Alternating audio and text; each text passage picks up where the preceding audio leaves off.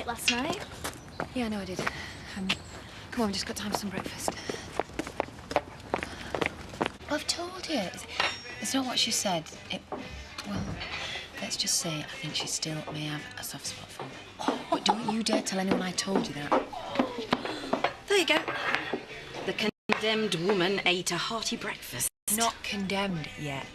And if it does happen, you'll not be there to crow, will you? We'll see about that. Yeah? And as for Scott, there won't be no job for him up at Home Farm when I get back there. You back there? Ha, that'll be the day. Well, you're not eating at home either. What? Well. Oh. Beyond me how she can afford it. Coffee? Please. There you go. Ta. You all right, Charity? So. All the best. Oh, cheers. Didn't know you cared. Mum seems a bit brighter today. Yeah? Any particular reason? No?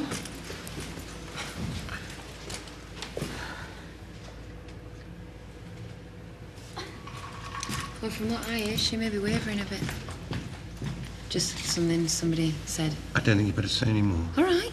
Just thought you should know. Well, it wasn't me. Must have been somebody else. No notice of her. That's her, all that. You can't stop me coming in.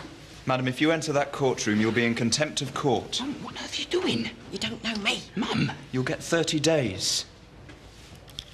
I've left my phone at home today. I'm sorry, madam. Don't worry, love. I'll take notes for you. No notes allowed. Oh.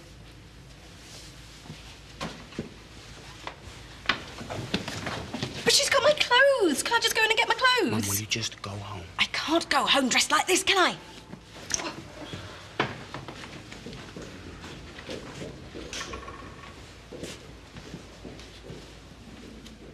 I appreciate. I saw no sign of depression or suicidal tendencies in Mr. Tate. Nevertheless, it is true to say, is it not, that Mr. Tate declined chemotherapy and radiotherapy? Initially, yes. Which suggests that he wanted his death to come sooner rather than later. Possibly, though I formed the impression he felt that the short time by which the treatment might extend his life did not warrant the side effects.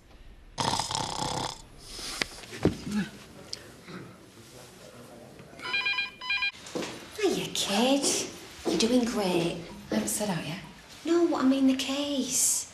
Oh, and our Debbie tells me you went to see a certain somebody last night. It's all right, there's nobody here. So is it true? You've got a nerve, you. You're telling me next that you came on to her. You never. You're unbelievable, you are. She could have had you running. No. I always knew if I could get her on her own. Going around. She's got the odds for me. I wouldn't touch her with a barge pole, not after the way she's treated you. Yeah? Well, right now I'm pretty desperate.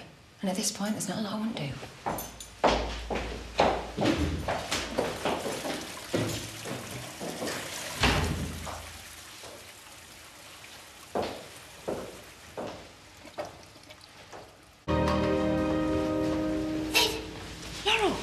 Thank goodness. They're Betty's. I didn't want to ask her. Things are getting on very badly. So much so that when Chris went to Leeds to see this specialist about his headaches, he didn't tell Charity where he was going or why.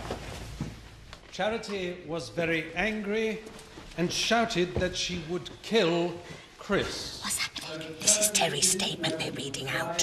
What took you so long? Oh, Viv wanted me to bring some things for.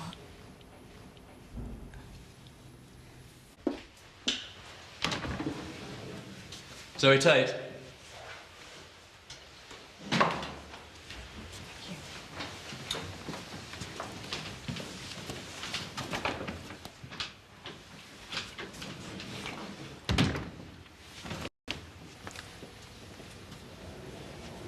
Laugh.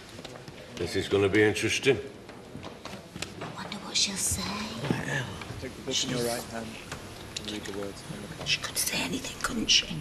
I swear by Almighty God that the evidence I shall give shall be the truth, the whole truth, and nothing but the truth. That's the Bible you're swearing on. You remember that. I will have no more interruptions from the public gallery. Could I ask you to describe your brother's state of mind during the weeks leading up to his death? He was coping. But of course he had a lot to come to terms with. Could you elaborate? Well, the news of his illness, he was obviously very upset, especially at the thought of leaving his son an orphan. Did he ever discuss the outcome of his illness with you? Only that he didn't know how much longer he had, that he had to make the best of the time that was left to him. Did he ever mention the possibility of taking his own life?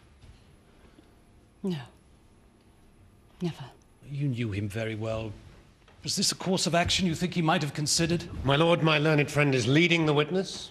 My lord, Miss Tate was the person closest to the deceased. I suggest she might well have known if her brother had been brooding on taking his own life.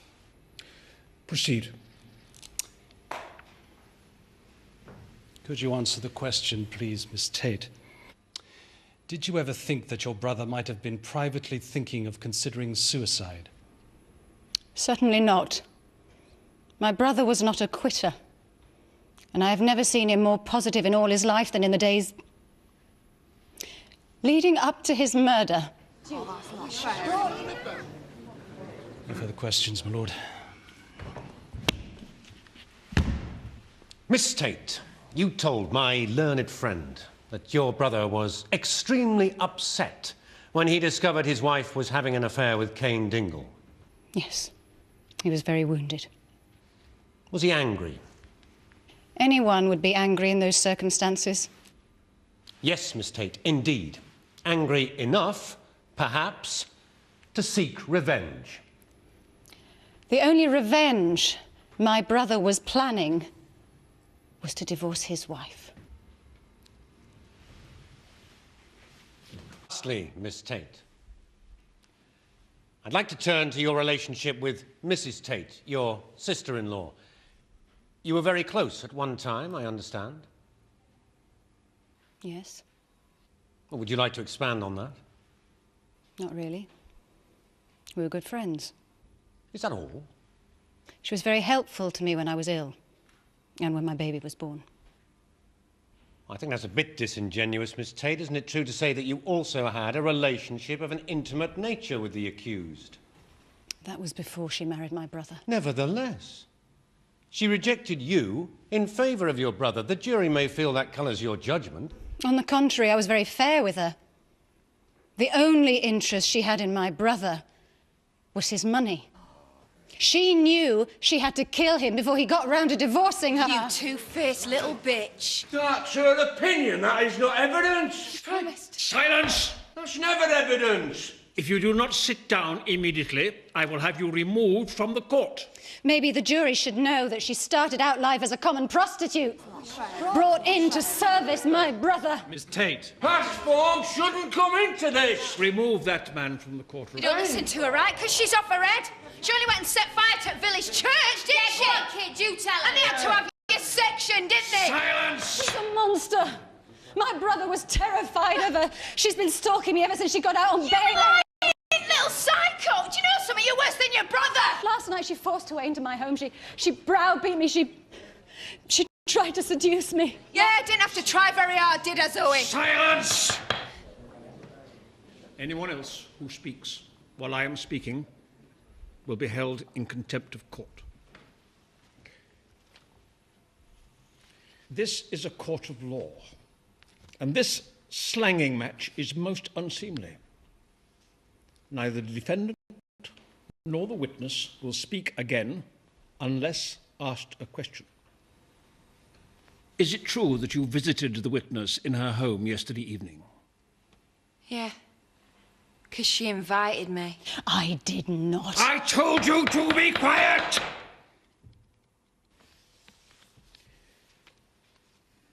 It is clear that feelings are running very high. The court is adjourned until tomorrow morning, by which time I hope that you both will be in a calmer frame of mind.